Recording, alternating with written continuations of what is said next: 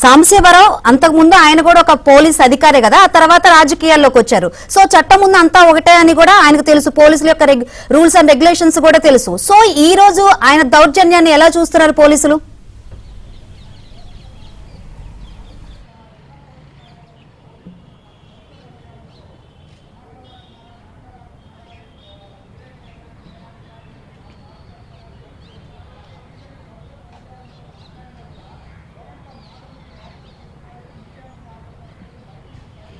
అయితే గతంలో ఒక పోలీసు సీఏగా పనిచేసిన గోరంట్ల మాధవ్ తోటి పోలీస్ సిబ్బందిపై మర్యాదగా గౌరవప్రదంగా వ్యవహరించాల్సిన ఆయన పోలీసు డ్యూటీ నుంచి రాజకీయాల్లోకి వెళ్ళిన తర్వాత అతని పందా మొత్తం కూడా పూర్తిగా మారిపోయిందంటూ కూడా పోలీసులు ఒక రకమైన చర్చ జరుగుతున్న పరిస్థితి అయితే ఉంది.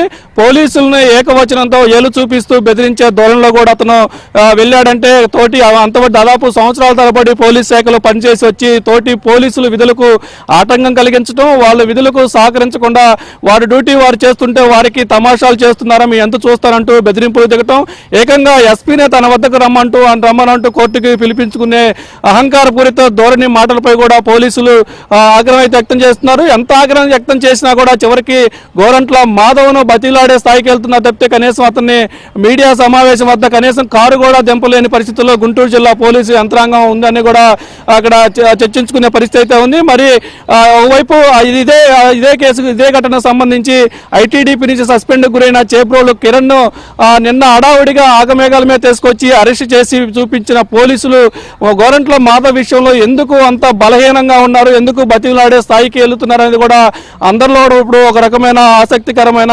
అంతుచెక్కని ప్రశ్నగా ఉంది. అసలు నిన్న గోరంట్ల మాధవ్ చేబ్రోలు కిరణ్ ఏ వాహనాల్లో వస్తున్నారనే సమాచారం పోలీసులు ఎవరిచ్చారు మాధవ్కి ప్రతి మినిట్ ప్రతి సమాచారం పూర్తి స్థాయిలో ఆయనకి ఇక్కడ పోలీసులు అందజేశారనే ఒక ప్రచారం అయితే జరుగుతుంది.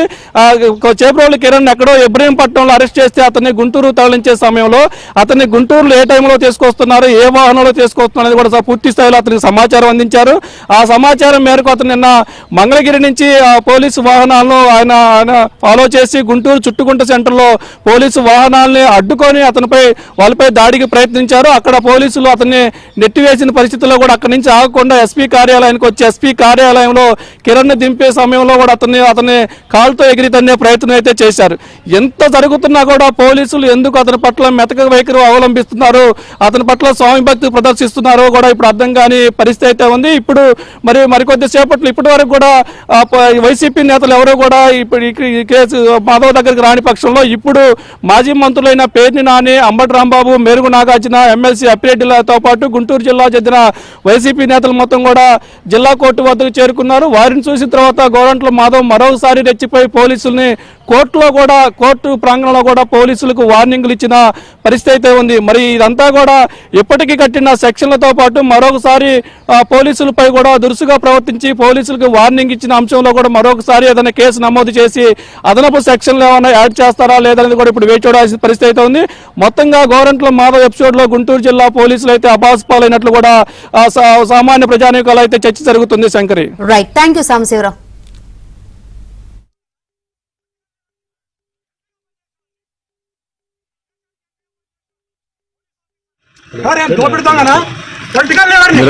ఎంపీగా పనిచేసేవాడిని, ఈ దేశానికి ఎంపీగా పనిచేసేవాడిని, పోలీస్ ఆఫీసర్ని సమాచారం చేస్తారా?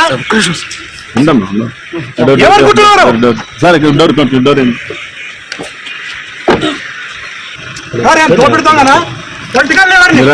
ఎంపీగా పనిచేసేవాడిని, ఈ దేశానికి ఎంపీగా పనిచేసేవాడిని, పోలీస్ ఆఫీసర్ని సమాచారం చేస్తారా?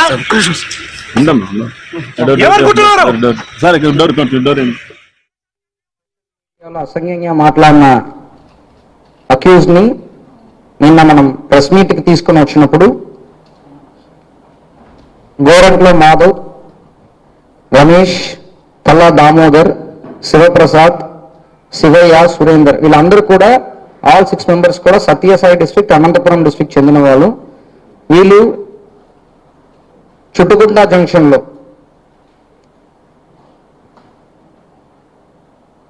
Mangalagiri rural, SI Mangalagiri rural అందరూ అక్యూస్ ని చీబ్రోలు కిరణ్ కుమార్ ని వెహికల్ తీసుకుని రాగా చుట్టుకుంట జంక్షన్ లో సిగ్నల్ పడగా అక్కడ స్కూల్ బస్ అన్ని ముందుకు నిలబడగా వెహికల్ ని ఆపడం జరిగింది, 2 వెహికల్ రావడం జరిగింది.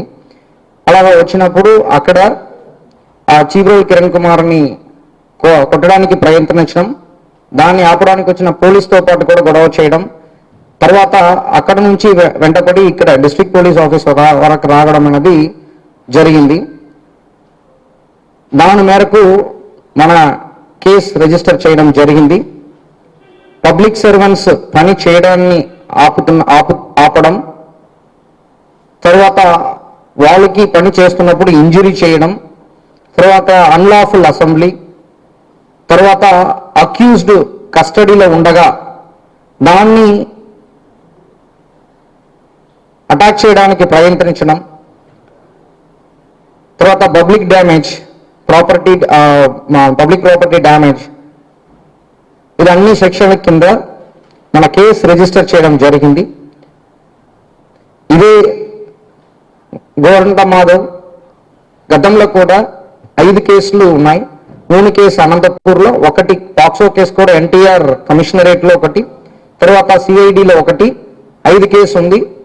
నిన్న తాడేపల్లిలో ఒక సోషల్ మీడియా కేసు, తర్వాత ఈరోజు ఈ అటాకింగ్ కేసు అని చెప్పేసి టోటలీ 7 కేసు అక్యూజ్డ్ పైన ఉంది. బులెటిన్లో